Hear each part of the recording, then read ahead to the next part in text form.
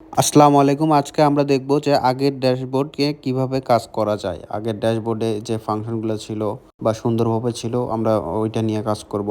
So ওইটাকে ফিরিয়ে আনার জন্য আমাদেরকে একটা প্লাগইন ইউজ করতে হবে। সেটা হচ্ছে ডিসেবল গুটেনবার্গ নামে একটা প্লাগইন আছে এই প্লাগইনটি। তো আমরা প্লাগইনে এসে এটা সার্চ করব, দেন এটা ইনস্টল করব। এখান থেকে আমরা অ্যাক্টিভ করে নিব। অ্যাক্টিভ হয়ে গেলে আমরা পেজে আসব। দেন আমরা যদি একটু এডিটে আসি, দেন দেখেন যে সাইড বারগুলো দেখেন। যে পাশে আপনার পেজ সাইজ, দেন টেমপ্লেট, এখানে সব কিছু আছে। সো ফিচার ইমেজ এগুলো আগে ছিল না, এখন আপডেট হওয়ার কারণে সব চেঞ্জ হয়ে গেছে ড্যাশবোর্ড। সো এটাকে ফিরিয়ে আনার জন্যই আমরা ডিসেবল গুটেনবার্গ যে প্লাগইনটি আছে ওটা ইউজ করব। সো আমরা এখন ব্লগে আসছি। এখান থেকে আমরা ইচ্ছা মতো ব্লগে লেখালেখি করতে পারবো। লেখালেখি করার পর সেটা আমরা সেভ করে নিয়ে দেন আমরা প্রিভিউতে গেলে আমরা দেখতে পারবো। সো দেখেন আমি এখান থেকে কিছু লিখলাম আরও, দেন পাবলিশ করলাম। দেন আমরা প্রিভিউ চেঞ্জে ক্লিক করব। দেখেন যে আমার চলে আসছে অলরেডি।